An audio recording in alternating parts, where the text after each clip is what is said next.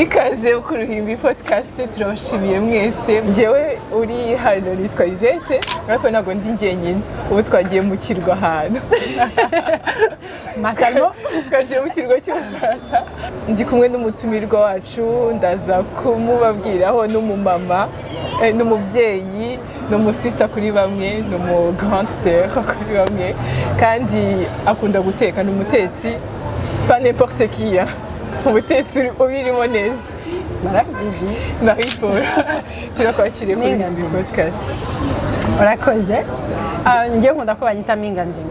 Ok, Minganzima. Ariko Marie-Paul aussi c'est mon prénom. Marie-Paul c'est mon prénom, niryo prénom ababyeyi banjye bamaye. Ariko j'avoue aho ngeze na j'assume plus m'appeler Marie-Paul parce que c'est un prénom européen. Non, Donc on dit Minganzima parce que j'aimerais bien avoir un prénom africain. Donc on dit Minganzima, ndi inshuti ya Mangala Musa. Abantu baramuzi kuri podcast Ruhimbi, nyiro Ruhimbi kwa. Ndi inshuti ye ambwiye ko nzahura na Yvette. Begitho. Merci. Baranduriye bavanyeho amazi yacu. No turamwikiye. Begitho. Ntabwo ari gutya bigenda. Hari ikintu twishe. Yapfuye. Namaje ngo pourquoi? Arambwira ngo njye nkeneye ko abantu abankurikira bamenye inshuti yanjye kuko ibintu bikuba mu mutwe ifoko abantu babimenya. Uzaze wiganirire na mushiti wanjye Yvette, inshuti za podcast Uruhimbi. Baratubahe njye kugira ngo nzashaka umugabo ufite ibikomere kandi mfite ibyo ndi kurwana nabyo. Biragorana.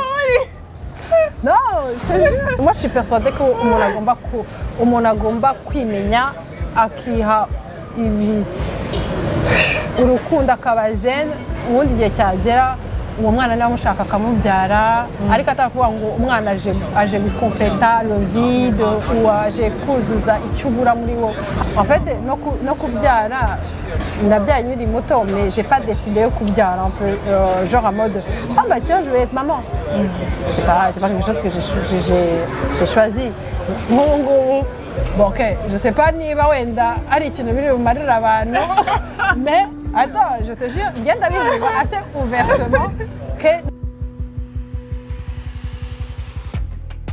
nabwo nagiye muri depression mari cyumba mari ukwezi najya ku ishuri kubera ntameze neza ntangira kure njyewe byararangisha pere biri ku byangombwa nyine nakundi Ariko akora reka ngubwire c'est pas commun. Non, c'est pas commun.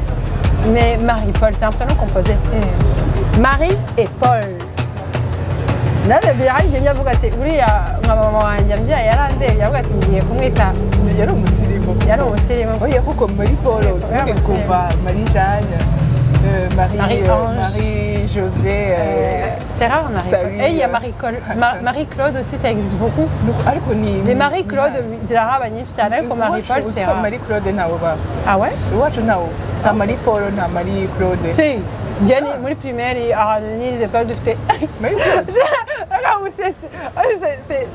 C'est trop bien guhura ubu ngubu ngatangira kugusetsa reka nkubwire Marie-Paul mbise bibutse umwana twiganye muri primaire mu wa kane primaire yitwaga Marie-Paul aussi hanyuma njye nyine nari Marie-Paul kubagana wasajije ikigo cyose abate ntabwo nagumaga hamwe nyine en plus nari délégué noneho meze nk'umuhungu tu vois genre j'étais plutôt garçon manqué tu vois genre en mode non ari Marie-Paul witonda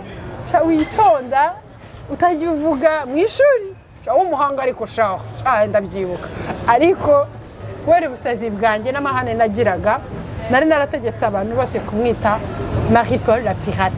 C'est pas la vraie, c'est moi l'original. Elle, c'est la fausse. Quelle audace! Non, je te jure, on a l'abrati, non? C'est la pirate. Ariko noneho ukuntu naje kuva kuri Marie-Paul nkajya kuri Minganzima ni na directeur w'ikigo cyanjye ntiyigeze amamagara Marie-Paul n'umukino umwe yanyitaga Minganzima abandi ngenda nkunda izina ryanjye naryangaga au début nabonaga ari rirerire aho bamenye signification yabyo n'ubungu w'abazungu nta muntu ukivuga ukimabagara izina ryanjye nkamureka akarikosha uko yishakiye akarivuga uko yishakiye c'est Minganzima le pays il est muet akasubiramo none nsiga nkosora abantu ntabwo nyemera ko bavuga izina ryanjye uko bishakiye nanjye byararangiye umuhungu wanjye awishi mama wabivuze nyine umuhungu wanjye yitwa Rudasumbwa nawe rero abazungu cyangwa abanyamahanga bavuga Rudasumbwa no Rudasumbwa mbwa pambwa mbwa nanjye ntabwo ari mpinganzima non Minganzima, madame. Minganzima, monsieur. Ah, pardon. Oui, le P, il est muet. Des fois, tu regardes un exemple, Mbappé. Tu vois, Mbappé va vous dire Mbappé. Le mec, il s'appelle Mbappé, en fait. Il ne s'appelle pas Mbappé. Tu regardes une référence. Tu vois. Vous dites Mbappé. Non, c'est Mbappé. Le mec, il s'appelle Mbappé. Pourquoi c'est compliqué? Vous, quand on est là, accrochez vos noms, vous nous corrigez. Bah oui. Enfin bref, après là, on va voir quoi ça va nous. C'est là, il y a la flemme. Ah, il y a la flemme, vite. Oui, hari umuntu ubona muzamarana igihe byiniyi nicyo ushaka ko azajya kwita. Non, même administrativement, il faut faire rendez-vous, je sais pas où, machin, tout ça. Donc on va, voilà, autour de Madame Minganzima. Non, c'est Madame Minganzima. Ah oui, je suis désolée de... Oui, il n'y a pas de problème, mais... La prochaine fois, là. C'est ça. Un peu d'effort, quoi. Donc, je kiffe trop mon autre famille et je suis fière de porter Minganzima. Sans côté signification, il y a... Haziko, ujya guhura n'intuza afite ngo iyo ukura uba ushaka appartenance. Ce qui fait que nk'abantu urabizi nk'umwana yavukina nta rurimi nta kinyarwanda wenda se nta rurimi wabo aho ugasanga mu myaka nka 30 niho ashaka noneho kubyiga iyo uri umujene wumva nta n'impamvu yo kubigira ariko noneho plus tu grandis plus tu as besoin en fait ce lien ariho nyine n'abantu bajya kufunda leur famille et tout donc nibyo ngibyo kuba nitwaga gutya yipreno nta nubwo ari n'iy'abazungu udashaka kunyita ibyo ça aussi c'est lié. Et je trouve que c'est... Je pense qu'à un certain moment, on arrive, on se rééduque en fait. Mais quoi qu'il arrive. De trouver en fait qui suis-je Qui suis-je vraiment? Toi, tu sais qui tu es. Oh non, ouais. Au moins au Kassimani, ouais, exactement. Au Canada, lié avec ça. Ouais. Au Canada, en accord avec ça. Au Canada, dire ce qu'on va... Ok, c'est l'extérieur de moi, mais ça fait partie aussi de moi dans notre société. Tu vois, au cas il. Ah, franchement, ce jeune a comme je ne suis pas fière, je suis mariée par personne. Donc, vous direz que Nadie, donc je te dis, Nadie, la Réunion. Donc, la Réunion, vu qu'on a mon hommage, la famille m'a fité, la petite m'a fité, qu'on a dit, j'ai réussi quand même à créer une vie sociale, quoi. Parce qu'il faut. Et donc, je suis à Ndiezo, c'est Bamagala Marie ou Bakamagala Minganzima. D'ailleurs, comme elle me croit, elle est comme Minganzima. J'ai vu c'est que moi, mon goût, je suis en Tanzanie. Donc, sinon, je n'étais pas motivée vraiment pour aller comme en France. Comment il y a quoi qu'on a dit là? En plus, il y a les calétiles. Oh oui, allez, écoutez là, ma chère.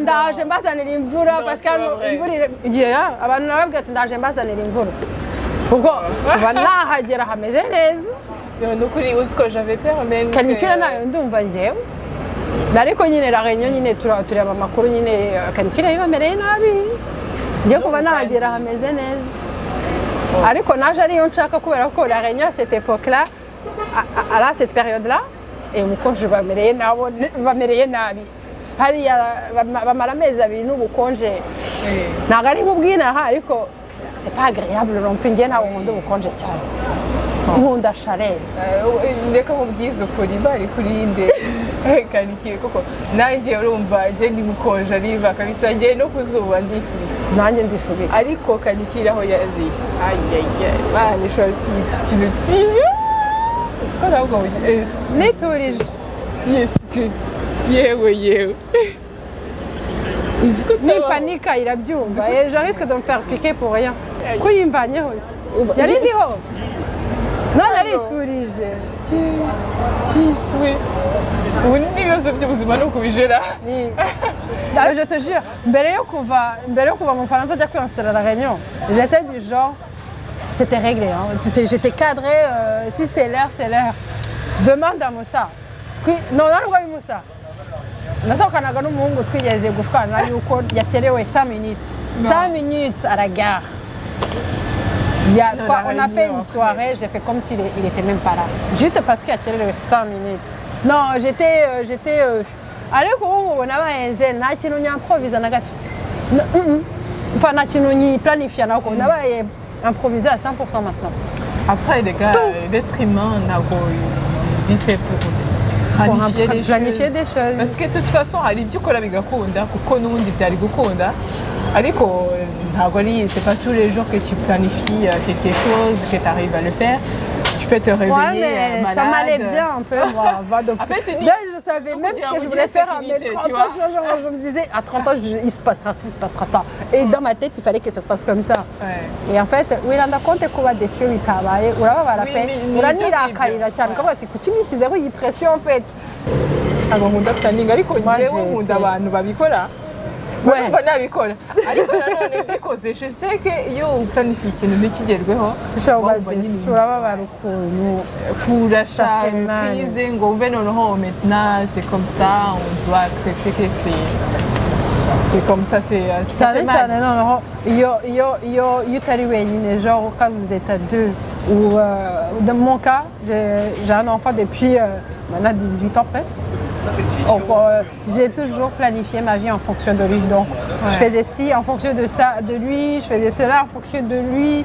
Tout était planifié. Je te dis, j'étais du genre vraiment avoir même le calendrier collé sur le frigo. Tu vois, genre, je sais que je travaille de 7h à 7h tous les jours. Hein. Les trucs de Sergio, je sais qu'il est au lycée, au collège, de telle heure à telle heure. C'est marqué sur le frigo. On dirait que mon cerveau indien a gouillé à chaque coup. Je te raconte à Hano Biapiliere. Je ne vais pas rentrer dans les détails. Genre, je vais dans ma famille, il y a un événement qui fait que je rentre et je me sens pas bien. Et vraiment, vraiment pas bien. Je tombe malade, littéralement, et j'oublie d'aller travailler. Non. Là, si. Aussi, j'ai dormi, c'était pendant les vacances. J'ai une semaine de vacances, mais d'habitude, je prenais les vacances, la première semaine, enfin la deuxième semaine de vacances. Sauf que cette année-là, j'avais pris la première semaine de vacances, donc j'étais censée retourner après. Oh, il y en a les gamins.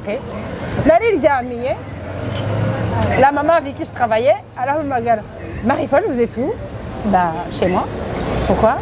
Bah, vous venez pas travailler aujourd'hui? Wow. Bah, je pensais que j'étais encore en vacances, je suis désolée. En plus, je suis vraiment en vacances, je suis chez ma mère, donc je pourrais même pas être là. Wow. Elle m'a raccroché au nez. Et en fait, elle a déclic, elle a dit que j'ai fait un truc grave. Nala comme je dis, là. En fait, le lendemain, il s'est rendu compte qu'en fait, j'ai pas été au travail et que j'ai fait comme si c'est rien passé. Après, il s'est fait à train, du coup, les mercredis, et du coup, il y a encore la vendredi, à ma avertissement. Et mais tant à ma avertissement. Moi, j'aime bien travailler avec vous, donc je n'ai pas envie de me séparer de vous. Mais par contre, si vous refaites ce genre de choses, parce que moi, j'avais des engagements en fait derrière, parce que je comptais sur vous. Donc, je comprends, je suis désolée, et j'arrive pas à savoir ce qui s'est passé réellement. Elle me dit, je sais, c'est pour ça, je vous donne juste un avertissement, je ne vous renvoie pas. Je sais comment vous êtes, je sais que les enfants vous adorent, donc non. Et après, je suis tombée malade. Donc, je pose mon arrêt maladie, je vais voir mon médecin. Même j'ai 2-3 ans, tous les années, mon médecin. Alors, qu'est-ce qui se passe en ce moment dans votre vie? Donc, c'était les vacances, j'étais avec la famille, il s'est passé ci, il s'est passé ça. Donc, vraiment, vite fait, il y a mais je pense que vous êtes en dépression. Donc là-dessus, je sais pas, je suis déjà tombée en dépression, donc ça ne ressemble pas à ça, ce que j'ai eu avant. Avant, c'était comment? Dans mon là, en fait, en 2014, en fait, on a lycée. Nabwo nagiye muri depression marikingo majya marukwezi najya ku ishuri kubera nameze neza ntangira kujya kuganira n'umupsikologe tusa birangira aho birashira numva merewe neza ariko là ibyabaye c'était pas ça donc arambwira ati je pense que c'est une forme de dépression arambwira ati ok donc qu'est-ce que je fais arambwira ati parce qu'en fait nta nubwo nabashaka kuryama arambwira ati arambwira ati nshobora kuguha traitement au moins ituma uryama no kurya mais il faut que tu ailles voir un psy arambwira ati ok donc njyewe nari maze 2-3 mois narashatse un psychologue pour Sergio donc ndamuhamagara un psychologue nyine ndamubwira ati apparemment il faut que je le vois aussi donc est-ce que twajya kubonana turaganira au fur et à mesure njya kumureba au fur et à mesure depression yiyongera au fur et à mesure je me sens mal au fur et à mesure on met des choses en place nageze aho njya ku mupsychiatre bampa imiti irandwaza noneho kurushaho ndavuga ati ok on fait quoi nari mfite umumedecin mwiza n'umwana mwiza franchement hari igihe njya ndeba je sais pas niba ujya uhura n'abantu bakubwira ko bahura des professionnels pas bons surtout des professionnels de santé quoi batari bienveillants des choses comme ça moi j'ai eu la chance de croiser que des bonnes personnes ari umupsychologue wanjye ari umupsychiatre wanjye ari umumedecin traitant wanjye bari bienveillants nkaho ndi umwana wabo pe ubona bari inquiet pour moi en fait du coup nageze aho n'akazi biranga pe ndahagarika akazi pour prendre soin de moi quoi réellement après c'est là numvishe ko ngomba kuba nagira détachement mfite kuri famille yanjye no kwimenya en fait no kumenya qui je suis réellement parce que njye nabyaye nkiri mutoya mais vraiment nkiri très très très jeune que je connais pas ma vie à moi en tant qu'une femme, en tant que moi, Minganzima, quoi, tu vois, genre... oui, je me suis demandé qui je suis en fait. Qui je suis. Et je me suis dit, mais aucune idée. Je suis la maman de Sergio, je suis la fille de machin, mais moi, je suis qui en fait? Et à force de me poser des questions, en fait, on dirait que j'ai eu un déclic qui a fait que je dis, mais ta vie en fait comme bon te semble sans compter, sans udatekereje nawe kuri famille yawe pour voir ce que ça donne. Après njye ikintu nagize chance nagize navuga nuko nagize inshuti nziza en fait nka Mangaraya yambaye hafi Flora nakubwiraga mu kanya yambaye hafi en fait hari abantu bambaye hafi jusqu'aujourd'hui njya mvuga ati abantu bavuga ko il faut se méfier de y'abantu ugomba kugumana ibibazo byawe utagomba kubivuga ahantu hose c'est du bullshit baba bavuga mu mitwe yabo quoi. Non en fait il faut juste trouver la bonne personne sinon on a besoin des gens des bons amis déjà mfite inshuti eshanu ndanabyiratana je sais Camille oui donc umukire énormément non je te jure ndabyiratana cyane en plus c'est réciproque en fait c'est même pas genre hari igihe ufite inshuti mais ukumva bikaba ari ouais c'est ça c'est toi qui donne ou c'est elle qui donne en fait moi mfite inshuti par exemple je sais que elle, je suis vraiment sa meilleure amie, mais c'est pas mon cas moi. Parce que moi je marche sur les œufs quand je veux lui dire des choses. Et j'ai pas ntabwo nshaka kugira inshuti ngomba kwitwararika kugira ngo nabababaza, tu vois. Mais elle, je te jure que demain si elle se marie, je suis sa demoiselle d'honneur. Arankunda énormément et anyiyumvamo un petit rukundo. Je le sens, je le vois. Ariko je ressens la même chose, mais c'est pas au même degré, quoi, tu vois. Mais dans mon kunda, ça s'arrête. Je dirais pas que c'est ma meilleure amie ou je sais pas quoi. Mais elle, oui, c'est le cas, vraiment. Abwira abantu bose niwabo baranzi ntagaragera shema. Yahuye n'umuhungu wanjye rimwe kandi tuziranye depuis le collège. Niyo mpamvu nyine je suis sa meilleure amie parce que tuziranye depuis le collège. Mais yabonye umuhungu wanjye rimwe gusa kandi nabwo nuko ari njye wari bamujyanye chez elle. Bah oui, agira les événements arantumira nkajyayo.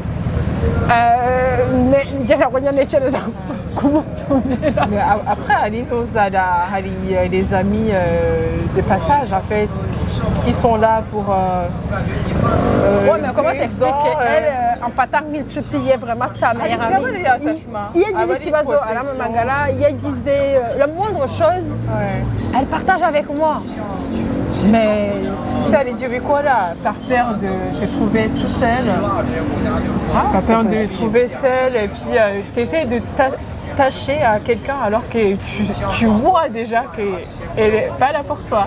Mais tu le fais quand même, tu te forces et puis ça finit par être naturel. je sais Des fois, pas. on Moi, n'arrive j'ai pas à l'impression que j'ai lâcher. forcé vraiment mon amitié avec elle. Ça s'est pas fait automatiquement. Non, mon côté à moi. Je me force à être amie. Pas me forcer à être amie, mais je sais pas comment dire ça. On a empathie t'as pas envie de... C'est ça. En fait,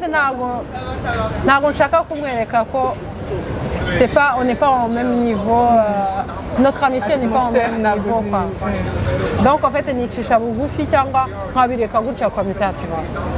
Et puis, ça me dérange pas d'être juste comme ça avec elle. Mais c'est pas assez profond, même sentiment qu'elle me renvoie, quoi. Tu vois. Il y a des ikibazo ahita amamagara akambwira tukabiganiraho ariko ngiye kugira ngo nzamutekereze réellement umubwire ibibazo byanjye byose. Je sais que c'est une personne tu vois guhamagara ngo ati n'ibibazo bya Serge umuhungu wanjye nyine tujya tubiganiraho parce que elle est assistante sociale tu vois. Donc ibintu biri compliqué familial à la visie un petit peu quoi. Et quand yo nganira nawe amakonseil vraiment amakonseil zikamfasha même niveau professionnellement tu vois ari gihe amakonseil zikamfasha mais c'est pas nagari inshuti encore kundi wumva tu donnerais presque ta vie quoi tu vois. Ça arrive. Alors que moi j'ai l'impression que de son côté ça, elle donnerait sa vie. Ce qui est drôle, ni uko ashobora kuganira n'undi akakubwira version nk'iyo nawe uzi kuvuga. Ouais, c'est possible. Ariko we akaba akwereka ko oui, genre Ouais, c'est possible. que c'est la meilleure amie. Alors que wenda igihe ashobora kubona undi babona ko bavibra bimwe ashobora guhita disparaître mu buzima bwawe. Ah, c'est possible. Et ça me dérangerait pas. Et c'est ok en fait, ntabwo ari ikintu cyambabaza non plus, tu vois. Niyo mpamvu je me dis qu'on n'est pas ariko nk'uyu nguyu agize gutya akandeka franchement byangora kubyakira ariko nagira nkabyakira parce que j'apprends aujourd'hui à accepter que ibintu biba c'est comme ça quoi. Tu vois, c'est la vie, Rien n'est permanent. Exactement. Nous, on a du mal à... On est cyclique, quoi. La vie est cyclique. Ouais. Donc, pourquoi pas? Mais ça fait mal. Ça fait mal. Ton ego est touché. Sinon, tu l'as pas aimé, quoi. Exactement. Mais ce qui concerne cette amie-là, franchement, c'est ok, c'est ok.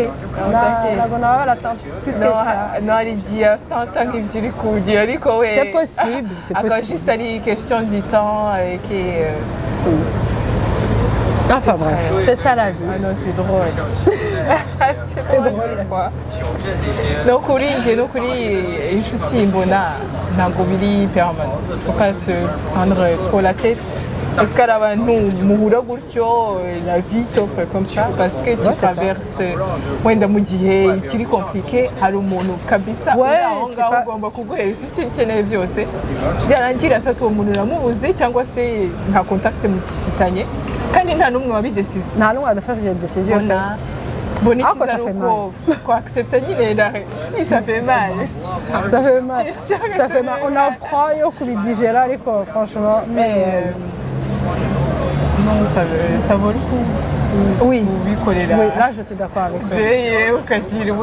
Non. Il n'y a pas ça autre chose. Après, il y a un truc franchement, quand Nadia pour la réunion, ça m'a permis de me retrouver seule.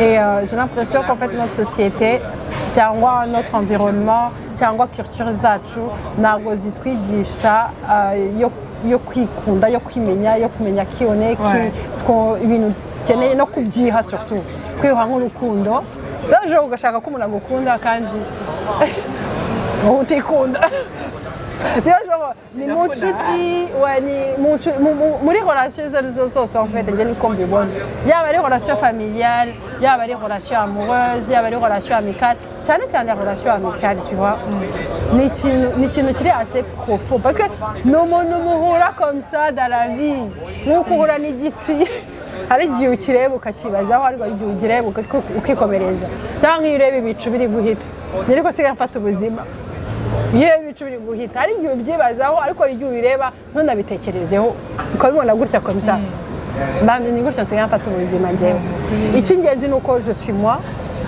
et nikoraho umukoro yo kugira ngo menye icyo nshaka icyo nkeneye nkanabyiha noneho nakeneye ko umuntu de l'extérieur nk'uko sosiyete cyangwa culture yacu bidusaba ko tuba niko twakoze niko baturebye je trouve ça dommage non ukuri none ce qui est beaucoup plus dommage nuko hari igihe twibeshye tunibeshya ko ibi nibyo dukunda ibi nibyo tugira kubera ko niko twarezwe nyuma ouais c'est ok c'est ok ariko iyo ukuze ugasanga uri en ligne avec y'ibyo baguhaye pourquoi pas urabyakira ukabyishimira ukabibamo nk'uko njye par exemple nzi abantu bashobora kuba kumara juste une soirée seule impossible kuba yaba ari mu nzu wenyine c'est impossible quoi ntabwo bishoboka njye ndabaza abantu bameze gutyo no buri gihe bari kumwe n'abantu bari kumwe n'abantu kuba wenyine c'est no ntabwo babikunda pas parce que bafite ibyo bibazo byo kwiretrouver seul mais parce que nyine ibibaha la paix intérieure cyangwa kuba bameze neza le fait yuko bari entouré et je trouve ça beau aussi yo kumenya ikintu ushaka utagendeye wenda ku byo wakuriyemo ariko uri d'accord ye wenda y'ibyo wakuriyemo tuba utakuba ngo uri kubikora automatiquement ikibabaza ni uko hari igihe mvuga ngo est-ce que la personne comprend ou kuvuga amafuti menshi cyane non ndakumva cyane bibaho ugasanga ni wowe uri subisa en fait les choix z'abandi.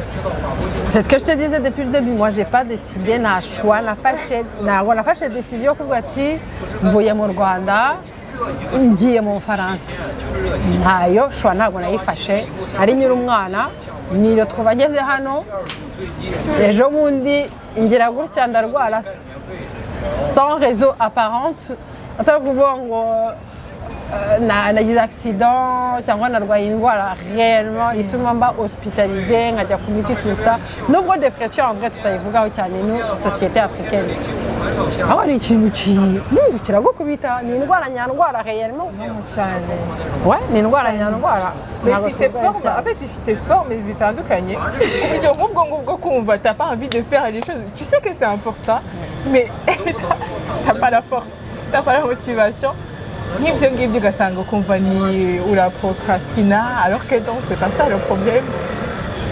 Qu'est-ce qui fait que tu procrastines? Aucune idée. Ukumva ni iby'ubundi akarwara ugasanga ntabwo symptôme ari zimwe.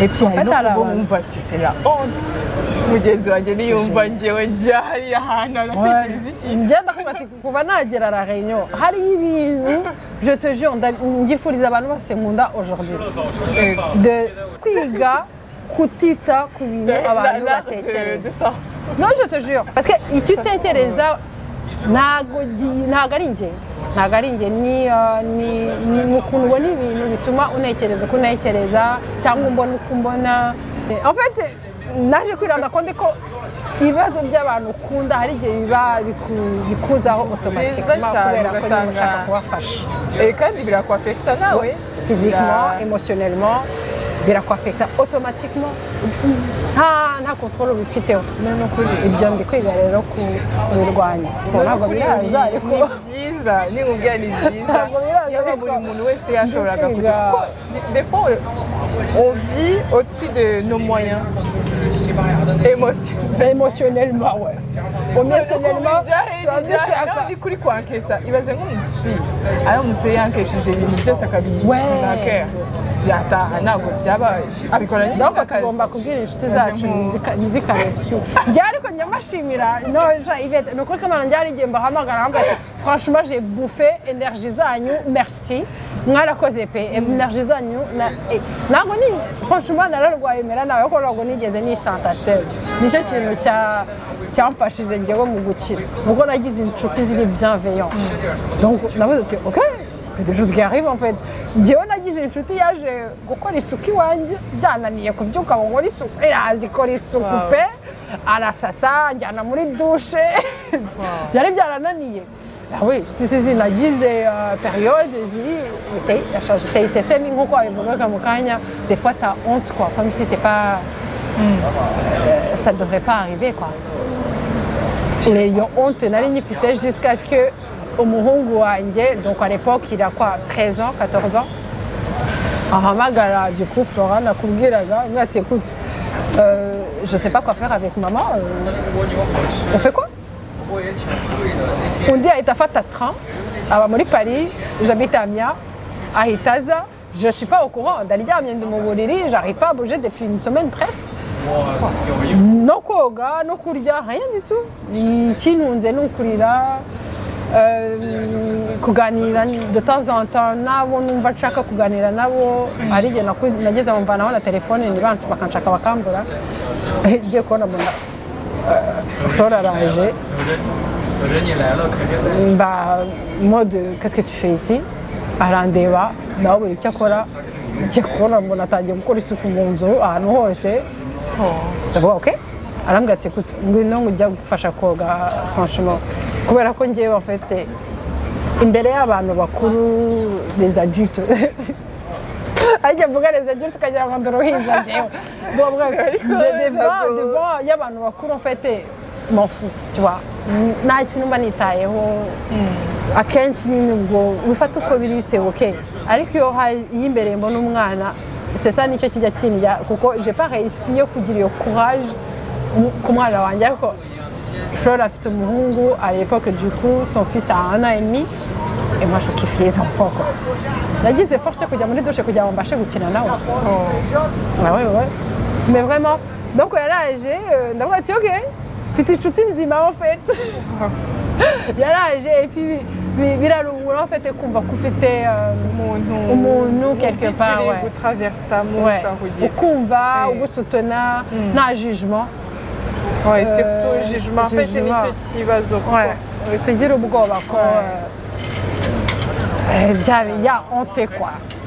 Byari ko kuva Flora yaza agakora isuku akajya kunyoza byananiye, honte narayitumye ko mu nziya. Non, j'ai plus honte. Non, c'est bon. C'est bon. Iyo umuntu akubonye, parce que ntabwo nigeze mba nabi nk'iriya période vraiment. Pourtant, on est des Rwandaises, donc on a vécu des choses assez atroces qui fait que byatuma ujya muri dépression assez automatiquement. Hari ikintu nkunda kubwira abantu ke nous tous dufite dépression. iri niveau différent nk'uko ivugaga, ariko twese turayigira. Mu gihe utarabyemera rero cyangwa ujye kwivuza uri muri deni à 100%, njye niko mbibona. Non sérieusement, njye niko mbibona. Nabwiye ejo nari ndi kuserereza musaza wanjye mvuga ati ngiye kuzajya muri relation n'umunyafurika bizangorana. Arubwira inshuti yanjye biragorana kuko agiye babona bigorana. Arajya kujya ugira umugabo muzanyereka ko imbere yanjye ari heza udafite ibikomere. Udafite ibikomere ngiye kugira ngo nzashake umugabo ufite ibikomere kandi nanjye mfite ibyo ndi kurwana nabyo biragorana. Non, je te jure. Arega Yvette arakubwiye twese dufite ngira ndabizi ko no gucira gusa. Non, nshobora kuguha exemple ziri assez proche y'abantu nzi réellement qui font partie de ma vie. Ouais, bari tranquille ariko tu sais très bien qu'il y a des choses qui vont pas en fait. Ça se voit, ça se sent. Mais akakubwira ko tout va bien. Ariko ni culture yacu niko batwigishije nyine. Njyewe byararangiye. Avec ubona ko normal igihe wankesa cyane ugasanga birakwafecta. Ouais. Kandi moi j'étais hari igihe usanga uri éponge, umeze nka éponge nyine t'absorbe émotions zose, énergie z'abantu bose zaba mbi zaba nziza. Parce qu'en fait moi je crois réellement que À un moment donné, on arrive à un moment où on absorbe ce qui nous entoure, quoi. Tu vois, genre les énergies positives, négatives. Et bien, c'est bika kuzira. Ugafata. Donc, iyo utari iyo uri dépressif, bizamo ukashyiramo byose. Donc, iyo utari muri déni, tu arrives à trier, tu vois. Tu arrives à t'éloigner surtout des choses bituma utamera neza. Non, c'est important. Ariko iyo utameze neza, sha byose urafata. Njyewe rero kuva najya à la réunion, j'apprends à trier. Non, quelque temps mbere yuko njya à la réunion yo gufata décision, mfite nkavuga ati ok, pour une fois je vais prendre la décision. En fait, no kubyara ndabyaye nkiri muto, mais j'ai pas décidé yo kubyara un peu genre en mode ah bah tiens, je vais être maman. C'est pas quelque chose que j'ai choisi. Bon, ok, je sais pas niba wenda ari ikintu biri bumarira abantu, mais attends, je te jure, ngenda bivuga assez ouvertement que ntagishaka kubyara parce que mfite ibikomere ntarakira et que j'ai pas envie de transmettre ça à umwana wanjye mu gihe nyumva ngifite ibyo bikomere, tu vois. Et je me dis que abantu bose bateganya kubyara bajye babanza bibaze niba bameze neza muri bo mbere yo gushyira umwana ku isi, ubundi akabuha uburere bwiza budafitemo ibikomere. Je pense qu'on transmet vraiment, je sais pas, biologiquement ou même inconsciemment, on transmet vraiment nos traumas à abana bacu. Non, J'en suis cyane persuadée, rwose. vraiment. Non cyane. Ariko se ikibazo nyine ni quand est-ce qu'on sera prête finalement. Je pense qu'on le sent au fond. Parce qu'en fait, quand il y en a plus, il y en a encore. Ikibazo kimwe kikongera ibindi, hari igihe wumva iki ntikivaho ukumva mu by'ukuri no mu mubiri ntabwo bimeze neza, byashira ugasanga ntabwo hari ibibazo, wenda mu mutwe birarangiye ibyo wari ufite nka stress, ariko noneho ugasanga uri occupé, noneho ntabwo ukimuboneye umwanya mentalement, ouais. Ça en fait, va, si mais tu regardes bien, c'est ce que nous, on a vécu. Nous, par exemple, moi je pense que nos parents, ils n'ont pas vraiment été là, présents, genre au présent. Ok, on a eu. On a wabuze réellement, genre warize, wabonye ibikoresho, ntabwo warayihanze, warariye. En plus, noneho twebwe bashyizeho akarusho le fait que batuzanye i Burayi, donc tu vois, tu n'as même pas le droit de te plaindre que ça ne va pas dans ta vie, tu vois, en mode est-ce que tu voulais regarder ça pour kwiplainya? En tout cas, ni sentiment ni des kugira que j'ai pas le droit de kwiplainya, que ça va pas dans ma vie, quoi. Donc mfite soucis iki ngiki n'iki ko ngomba kubigumana ou cyangwa kubigera d'une manière ou d'une autre, ariko nabwiye umubyeyi wanjye que je souffre, quoi, tu vois. Donc je pense qu'ariko batureze et c'est ari nje mbwira mama ko batureze nabi, ariko c'est pas leur faute, nabo barezwe nabi. Non, moi je suis persuadée que umuntu agomba kwimenya akiha urukundo akaba zen, ubundi igihe cyagera uwo mwana niba amushaka akamubyara, ariko atakuvuga ngo umwana aje gukompleta le vide ou aje kuzuza icyo ubura muri wo. Abantu benshi babyara abana kugira ngo juste kugira ngo, je sais pas qu'on l'abivuga, j'ai l'impression qu'on babyara parce que c'est à la mode ou parce que bagira ngo ba résoudre les problèmes biri hagati yabo. En gros, umwana aje ari solution y'ibibazo byinshi ufite muri wowe cyangwa muri famille yawe n'umugabo n'umugore mufitanye ibintu nk'ibyo. C'est rare uhura n'umuntu uvuga ati je vais être parent, en fait. Parce que moi je suis persuadée qu'être maman, enfin être papa ou maman, c'est pas la même chose qu'être parent. Tu peux être maman, c'est biologiquement. Tu peux être maman, la nature t'a dit, nature yaguha icyo kintu cyo kuba waba mama cyangwa papa, automatiquement. Ariko être parent, c'est pas la nature, c'est soi, c'est en soi. C'est en soi être parent. Tu comprends ou pas? Non, c'est pas la okay. Je te donne un exemple. Comme umubyeyi no kubyara, c'est deux choses différentes. Njye niko mbibona. Genre, kuba wabyara umwana ntabwo bihagije kugira ngo witwe umubyeyi. Personnellement, njye niko mbibona. Kuba umubyeyi ni ukumubyara, ukamurera, ukamuha ibyo akeneye, ukamutransmettre tes valeurs. Ouais, c'est ça. Ukamuha ibyo akeneye, pas forcément même Ou en tout cas umuha ibyo ufite en tout cas iyo utamuha ibyo ufite akenshi umuha ibyiza umwifuriza ibyiza umuha ibyiza niyo ukosheje niyo ugize wenda comment est-ce que je peux dire ça niyo ukoze mauvais choix ukaba wamutransmettre certaines choses zitakabaye ngombwa au moins je me dis que tu as essayé, tu as fait de ton mieux avec les outils que tu as. Ntago wamubyaye jito kumubyara comme ça, tu vois.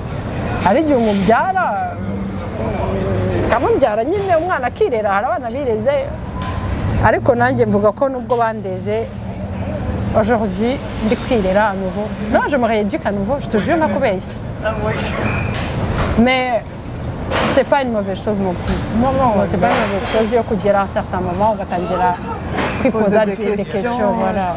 Est-ce que c'est réellement ce que je voulais? Tu poses des questions. Iyo ubyaye uri umubyeyi, en fait, je suis persuadée qu'umwana aza ku isi kugira ngo wowe umenye uri, tu vois. Je sais pas comment dire ça, ariko ndi kubyumva ubu ngubu nanjye ntabwo ari gutyo ntabwo ariko numva ngo ibintu mbere j'étais automatique nakoraga nyine urabyaye urareze tu te poses pas de questions sur toi ukora ibyo nyine ibyo uzi ko ari ibyo byiza nko gushyiraho pression umwana ngo ajye ku ishuri nko kumushyiraho pression rien que ranger sa chambre tu vois en fait uravuga ati va ranger ta chambre. Mais aujourd'hui, viens, on va ranger ta chambre. Tu vois, c'est deux choses différentes. Viens, on va ranger ta chambre et va ranger ta chambre, c'est deux choses différentes. Et pourtant, c'est une forme d'éducation aussi, tu vois. Donc, je suis persuadée que Yumana j'ai quiz, en tout cas, c'est une espèce d'introspection en toi. Tu dois avoir ça. Dans le Dieu taïfité, je pense que tu ne devrais pas mettre un enfant au monde. Non, réellement. Ubu uri kumuzana nyine kugira ngo amere nkatwe nyine tugera à un certain âge ugahita uvuga ati ok qui je suis non, Yvette, toi tu sais qui tu es réellement. C'est dur. Tu sais. En fait, kubera ko oser être ce que tu es, c'est un coup. C'est un prix. C'est un prix qui n'est pas... Je t'assure que je ne sais pas, moi. Et c'est ok, je suis heureuse avec ça, le fait que je ne sais pas. Je dis, tu sais, c'est pas ça, moi. Non, bien que bien dans la société, donc, c'est pas... Ça fait partie de moi, mais qu'on a regardé Dieu, il disait réellement, à qui je suis moi? Franchement, là, il y a des tchatchis, vas-y, que tu vas. Ah, oui, non, en fait, mais il y a je pense qu'il n'y a personne qui se connaît, en gros, moi, c'est comme ça. Il y a les gens qui sont persuadés, qui savent qui ils sont, et ils sont convaincus qu'ils sont comme ça. Et ils sont à l'aise avec ça. Ouais. Allez, dis, hier j'étais comme ça, mais maintenant, aujourd'hui, je vois les choses différemment. Et je pense que dans un voyage, je vais dire peut-être j'ai vu qu'influence. Moi, je dirais que j'ai pété les plombs. Moi, je dirais que j'ai pété les plombs. Non, dans le sens où, en fait, du jour au lendemain, Nala vous a dit, j'en ai marre. J'arrête tout. En gros, j'arrête d'être maman. J'arrête d'être la fille, j'arrête d'être la sœur, j'arrête d'être la cousine, j'arrête tout. Je vais savoir qui je suis moi. J'ai tout arrêté. Akazinda Galika, pas t'habiller, ok. Parce que, en fait, niveau la loi, j'ai pas le droit, Yoku. Vas-y, tu viens avec moi. Dans le sens où, la fâche, c'est une décision priorité. Narebye umwana, narebye mama. Parce que en gros c'était ça en général, cyangwa famille. Narebye famille cyangwa umwana wanjye. Ndagenda. Comme on dit, j'ai sauté avec deux pieds joints. Nabanje gushyiramo ikirenge mu kirenge. Non, nasimbutse boum. Donc ubu ngubu ikiba kizabe bitazaba n'ibizabe et c'est ok. Je suis à l'aise avec ça, j'apprends gufata ibintu uko biri.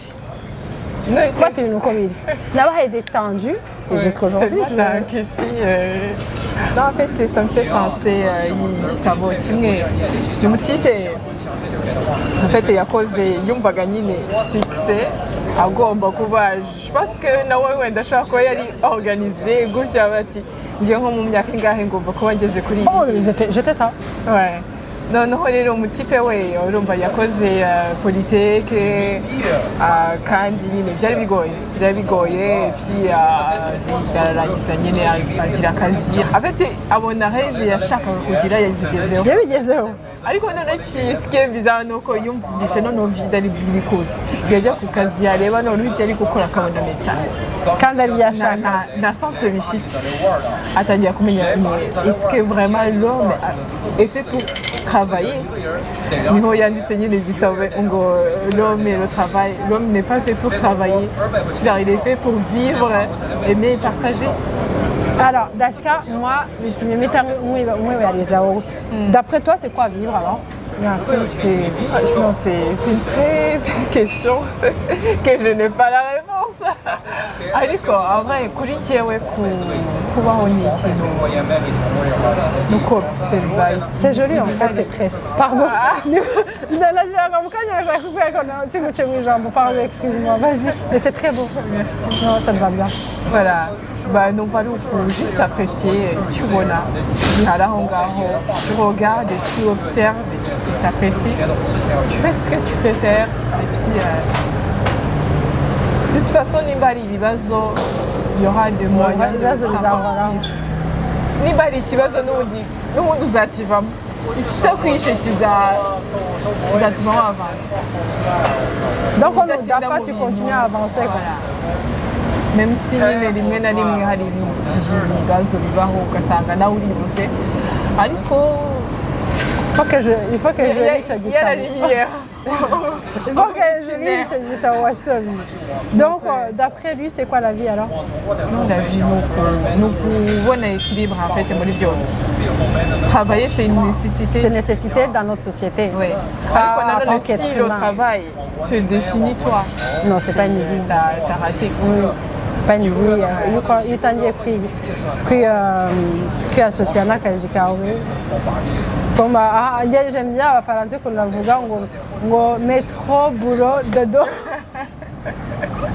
C'est ça la vie.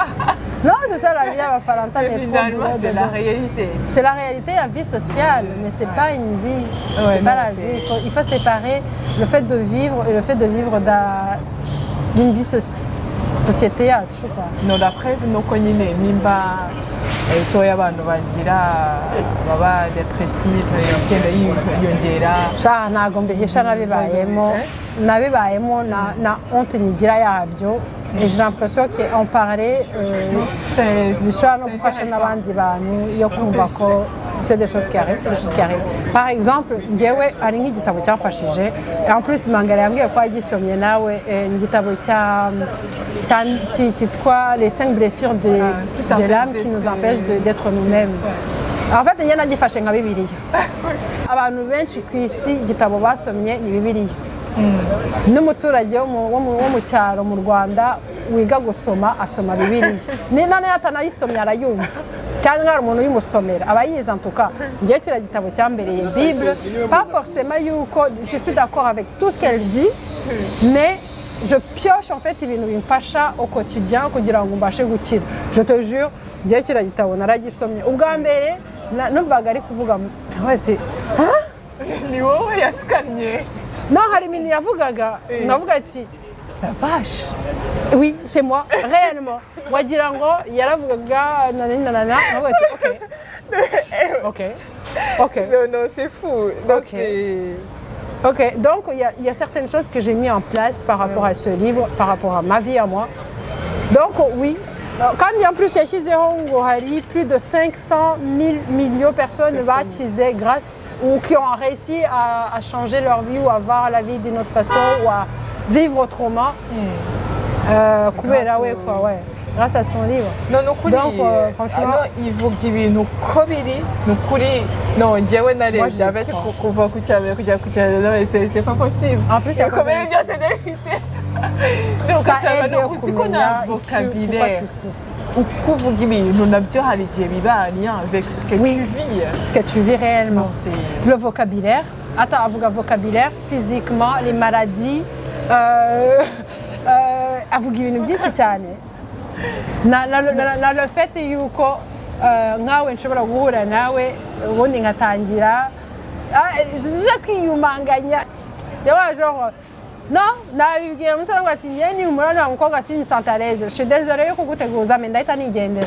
Cyangwa nyine ubwo icyo kiganiro cyawe kizaba ikindi gihe ariko pourquoi est-ce que ndi bwiforce biri bumarire iki réellement. En fait tugende binyungu zanjye quoi. Hakoragira afite gisoza neza. No, gisoza neza cyane. Nyine ibikomere byose, masque zose wagize. Afite ça finit par ouais, nibyo wagize kugira ngo utraverse. Tu traverses la vie. Et puis expérience zose ducamo c'est nécessaire apparemment. C'est ce que j'ai compris aussi. Niyo mpamvu nakira ibintu uko biri. Nibyo icyo navuga ngo icyo nkundira nagakora ngo nemera Imana ariko nyine ntabwo ngiye ndi ibintu bya religion cyane ariko le fait de dire que Imana nta kintu igiguha udashoboye, ça c'est un truc que je crois profond parce que c'est lié à ce que déjà elle raconte dans son livre. C'est lié même si elle le dit autrement, mais moi je crois que nta kintu Imana iguha udashoboye. C'est juste que nyine blessure zawe na masque ugenda ugakurana zituma nyine utabasha kuba wabitraversa mu buryo bworoshye cyangwa mu buryo nyine bwatuma ugira ubuzima nk'uko wumva kuba we nyawe kwa kiba. Après la société ntabwo tworohereza noneho ko ari ibibazo bibaho. Est-ce que c'est bien avec ton enfance? Est-ce que l'umwana wari aventureuse wenda? Oui. Parce que c'est pas n'importe qui avait été afata umwanzuro ati jye nagiye. Écoute ça. Ngiye mu kirwa. Kuko urumva abenshi tushaka kujya muri Amerika, mu Burayi ariko ntabwo jewe naje komplike nta kintu kizongera kumbuza, nta mafaranga azambuza kugenda, ntabwo ari ibyangombwa bizambuza kugenda, ntabwo ari loto izambuza kugenda parce que ibyo byose n'ibyantu byose bitwaza kenshi abashaka kugenda bitwaza amafaranga, les papiers, le temps, l'énergie. L'énergie ni gake cyane, mais la famille, je peux pas abandonner ceci, je peux pas abandonner cela. Nta kibi mbuze nifuza kujya hano n'ubu ngubu je suis bien pour l'instant à La Réunion, mais j'envisage par exemple kujya kwinstaller au Sénégal. Ces derniers temps Sénégal ça m'appelle, donc je vais bientôt y aller. Mabe pendant un temps ninumva ndambiwe njya handi. En fait nsigaye mvuga que j'ai un âme. Non, j'ai un âme nomade. Je suis nomade, mais pas nomade. C'est-à-dire qu'on va voilà, là, à gauche, à droite, mais j'ai une âme shaka kugenda. Et on voit nyiri umwana. Ariya avuga ngo akarenge iki? Je sais plus dicton ivuga ngo akarenge, je sais pas quoi. Nanjye akarenge kari akarenge nyine shabara binkubitiye sha. Kubankubitiye kuzerera. Nari igiti cyo kuzerera. Juste aujourd'hui njya nibaza impamvu babinkubitiye. Kugenda no kwicara hamwe ahubwo ntabwo ari ibyanjye. No, kugenda ni ibyanjye. Chacun ni passion yawe. Kugenda ni ibyanjye. Je suis persuadée en fait que on est liés les uns et les autres. Ouais, on est liés les uns et les autres, on est liés à la nature. Et parce que ntabwo dushobora kubaho nta mazi. Qui nous donne la mazi c'est pas la nature. Ntabwo tuzi kuyakora. Ah, vas-y, va imprimer-le. On imprime bien les billets, non? Vas-y, va imprimer-le ou une pomme. Ubundi uryohage. Ah, sacré Marie-Paul. Va imprimer ibyo ushaka kurya, ubundi uryohage, ubundi ugira ubuzima nyine. Rero bavuga ko si ubuzima. Kurya ça fait partie y'ubuzima. Kandi ndi mu nyanda ashaka mu kurya none ndi kuvuga gutya. Njya mvuga nk'iyo abantu tutaryaga naruhuka njyewe. N'intwara energy mu kurya. Mais comment ça se fait alors que uri umutetsi shata nkunda no guteka ahubwo tuze ko nabyigiye kubera ko ni ibintu byo kuza nyine hano i Burayi ukiri umwana bakuzanye nyine tuse genre mode njye naraje merci merci de m'avoir ndavuga ati ndashaka kwiga barambwira ushaka kwiga iki njyewe nashaka kwiga la psychologie mais nkagira spécialisé mu bana vraiment les enfants tu vois même de préférence de 0 à 7 ans vraiment et je pense que jusqu'à aujourd'hui je pense que je finirai par vraiment étudier ces choses-là je sais pas qu'on a dit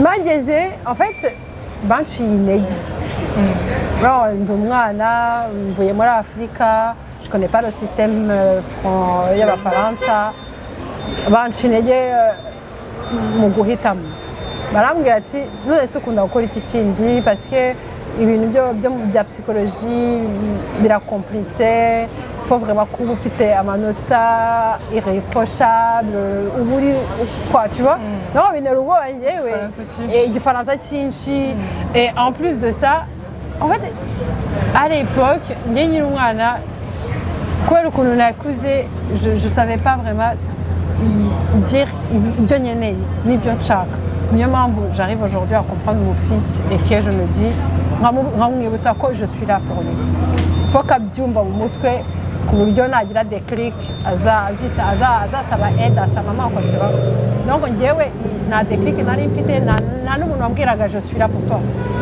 ce qui fait que la conseillère d'orientation au collège moi gatatu arambwira ati écoute uri mukuru déjà tu vois yarayikuze kubera nyine kubyara nahise nahagaritse kwiga pendant un temps ariko naje gusubira ku ishuri quoi après arambwira ati la conseillère d'orientation franchement je pense qu'elle est muntu nahuye aujourd'hui mvuga ko elle m'a mal orientée yankonseye nabi pe yarambwira ati écoute hitamo ikindi kintu parce que ce que tu veux c'est compliqué donc njyewe à mon âge je suis adolescente ou alors un peu plus âgée d'avoir dit ok, qu'est-ce que je peux faire? Bon, j'aime bien cuisiner, mais j'aimais bien cuisiner pour mon fils. Bah ouais, tout le temps c'est là tout le quoi. Si tu veux ou tout le temps c'est bien là au moins un industriel jusqu'à un certain attends j'ai beaucoup régné mais depuis qu'il est né moi je lui faisais à manger moi-même tu vois. Ah on a dit à couvrir l'huile et j'aimais ça alors bah tu vois ça c'est bien donc fais un bac professionnel spécialité cuisine et ça en plus elle m'a quasi elle en poussa quoi non tu vois pourquoi pas donc ce qui fait que dans quoi des formations il fait mon appart il fait mon diplôme à guteka et j'adore cuisiner mais manger j'aime pas ça va savoir non je sais pas mais j'adore cuisiner ouais. Oh je kiffe ça mais il y a une bouteille dis quoi là ouais j'aime ça j'aime bien inventer des trucs je sais pas associer des saveurs c'est voilà tous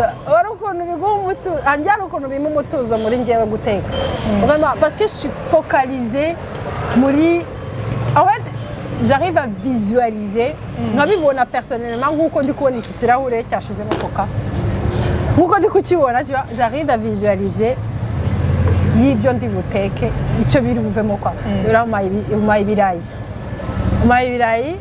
genre par exemple ndi kubona nakoramo ikintu nkashakisha mu mutwe yanjye nkavuga ati ok je fais quoi avec les pommes de terre je peux faire beaucoup de choses avec les pommes de terre énormément beaucoup de choses rien que les pommes de terre iyo na visualisa ikintu ndi bukore bah je cuisine pas vraiment c'est même pas la peine yo kugerageza parce que iyo mbitetse na saveur ibirimo ni mu mutwe je pense que biri mu mutwe mais quand j'arrive pas à visualiser ibyo nshaka gukora franchement je sais pas comment cerveau yanjye ikora j'arrive pas je cuisine ariko ntago biba biri oh c'est bon ça non c'est pas ça mais quand j'arrive à visualiser ouais, quand j'arrive à visualiser gisohoka nk'uko nabivisualise kikaryoha nk'uko nabyimaginé, ah c'est tellement agréable parce que je sais qu'abantu barabikunda. Ngiye satisfaire y'abantu bariye ibyo natetse biruta ibindi byose carrément. Nawe urateka? Nawe urateka? Nawe ni akantu ako ukunda ibintu byinshi nakumvisha. En tout cas nishimiye kuguhura nawe en vrai nakobesha. Parce que j'aime bien ikintu dupartageanyije alors que non tutaziranye réellement, tu vois. J'aime ça, ça me donne un sentiment assez agréable. Et le fait que je suis à l'aise avec toi, ça me suffit. Ça s'arrête là. C'est ça qu'on a besoin. C'est ça qu'on a besoin. Dushaka ibintu qui nous encombre alors que peut-être la vie nyine yatumye umuntu ahura n'undi igihe yaramukeneye pire. Pourquoi on veut forcer les choses? nyine ni nk'iyo wumva ko icyagukijije aricyo gikiza abandi, parce que ibinyiza ntabwo aribyo bigukiza. Dushaka kuba turwaye indwara imwe. Njyewe par exemple njye nk'ibintu byanyijije le fait d'être bien entouré, parce que hari abantu batari bien entouré kandi ça plonge. Nka méditation yaranyijije, faire du yoga byaranyijije, les médicaments ntabwo byigeze binyiza na gato. Pourtant je connais quelqu'un uri ku miti ya dépressif atayifashe amera nabi arayifata, punaise c'est la meilleure personne que tu croises dans le monde. Yaba afite énergie utamenya ahantu avana ariko yibagiwe gufata umuti n'umunsi umwe, ça se voit. Njyewe imiti yarandwaje. Donc uruvuga en fait ufite ibintu bitandukanye niyo mpamvu ugomba kwimenya en général, ariko iyo urwaye nyine c'est pas évident yo kwimenya. Tu peux comprendre ça, tu vois, ntabwo biba byoroshye kwimenya réellement. Ariko buri rukundo uriya nicyo kintu mbona dukeneye, nicyo cya mbere. Ariko ntabwo ari ikintu dushyira imbere cyane muri education yacu. Uragikeneye kugira ngo ubyuke, uragikeneye kugira ngo uke gukora, uragikeneye muri byose. Uragikeneye muri byose kandi ukabanza kubyiha mbere yo kubiha abandi, cyangwa ukabanza ukumva ko umuntu atakiguha automatiquement. Ntabwo umuntu yaguha ibintu byo, c'est pas sûr ko umuntu aba abifite en fait. Cyangwa kudepanda kuri byo utabibonye ugasanga ni ikibazo. Dépendre sur ça aussi. Ariko niko batwigisha nyine. Nubwo nk'uko babivugaga abantu b'uruhimbi bafata ibyo bafata ibindi ashyire muri poubelle. Aussi simple que ça. Ntabwo turi kubwiraga ngomba kugenda gutya, on échange, tu vois. On échange et puis c'est tout. Tu vas les influencer. Voilà, exactement. Abafite ibibazo bazabaze. Et puis c'est bon, nabo bashaka kuba bagira inspiration par rapport à ça, pourquoi pas. Et je suis persuadée qu'il faut kwimenya wowe.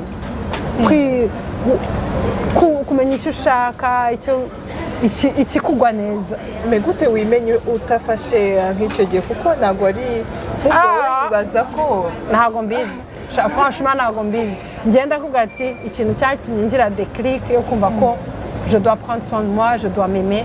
nuko narwaye justement nuko nagiye muri dépression et ntabwo ari dépression genre dépression, c'était dépression sévère parce que si abantu batabizi dépression zifite niveau hari dépression allégée, dépression mi-sévère, hari dépression sévère.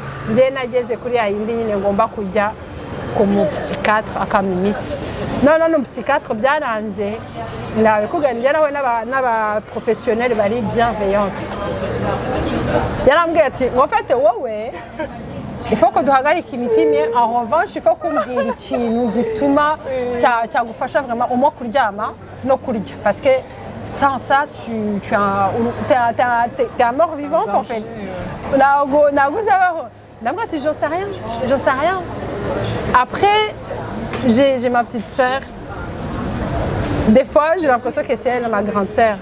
Ajya angira inama cyangwa anyumva bigatuma nduhuka muri njyewe.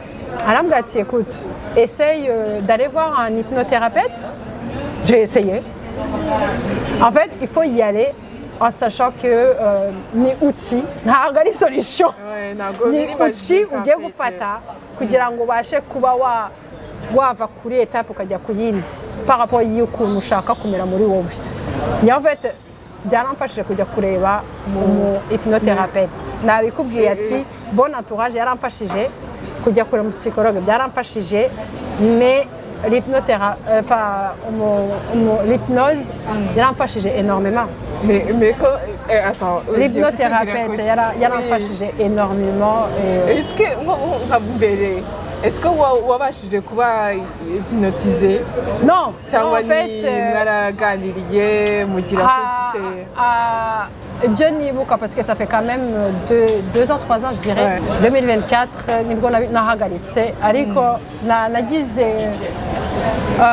10 séances avec lui mais akubwira ko yambwiye au départ akubwira ko kugira ngo azemo déclic ukuntu masha il faut au moins 6 séances minimum 6 séances ariko ambwira ko certaines personnes juste 2 séances ça suffit il y a d'autres personnes une seule séance suffit une seule séance. Du coup une séance dure combien de temps en général ça varie il y a des moments où on mettait 2 heures.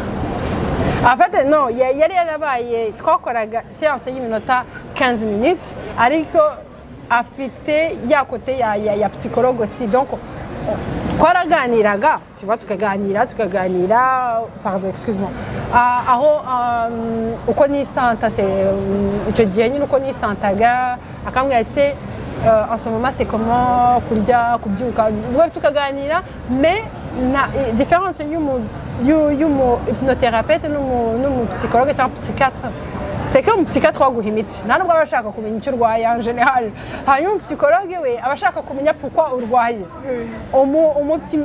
l'hypnothérapeute we aguha comment vivre avec ça comment avancer avec ibibazo byawe y'ibintu byo gutraversa tu vois ntabwo aba ashaka pourquoi le dû, le maintenant, comment avancer avec ça. Donc en fait, alors le comment, il a empêché énormément.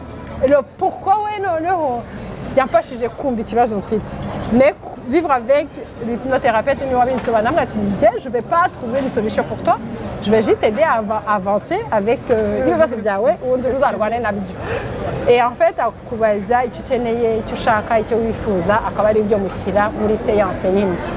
en ce moment-là, moi j'avais besoin de, par exemple, d'être à l'aise avec moi-même et d'être à l'aise avec certaines choses liées aux périodes, on a dit mot, et surtout oser demander de l'aide, oser faire des choses, oser ne plus avoir peur de demander, ne plus avoir peur de faire certaines choses parce que nari mfite ubwoba bw'ibintu byinshi cyane tu vois. Ubwo séance wakoze zingana gute? Nakoze 10 séances. Ah ouais? Ouais, nakoze 10 séances et je pense que en fait byaramfashaga tellement j'étais très confortable là-dedans que est-ce que tu as dit ubwoba? Non. En fait nari ndi muri période que nabikuga ati nagize courage yo gusaba aide donc ibintu byose niyo bari kumbwira ngo njye mu bapfumu je pense que nari kubajyamo tu vois none nigeze muri niveau nashakaga kumera bien et nari ngeze kuri niveau yuko numva nabaye totalement dépassée. J'étais dépassée par tout tellement que no gufungura umuryango ngo ndebe hanze c'était trop dur mais nabaye dépassée complètement dépassée quoi ce qui fait que nyine nari narabaye zombie uyu yigeze kubimbwira ma tête de zombie quoi. Nana là-bas est vraiment une mort vivante quoi. Nana là pour c'est ça qu'on dit. Nana là pour et donc en fait on a dit courage et okutadira honte y'ubuzima de traverser. Tu vois. Et tu vois j'en partage avec toi assez ouvertement parce que byaramfashije. Après njye nawe ndi kubwira abantu ngo babijyemo ngo cyangwa bagomba gukora comme ça. Non, njye nawe narabiretse kubwira umuntu ngo kora iki. Non. Après nshobora kubwira icyo ntekereza nuko mbona ubuzima nuko mbona ibintu izuba ritangiye kuntwika pe ntabwo mbeshya banyihanganire kuri nimba ari nayo bateza kuyatwara ibindi byo bazafata ibyo bashaka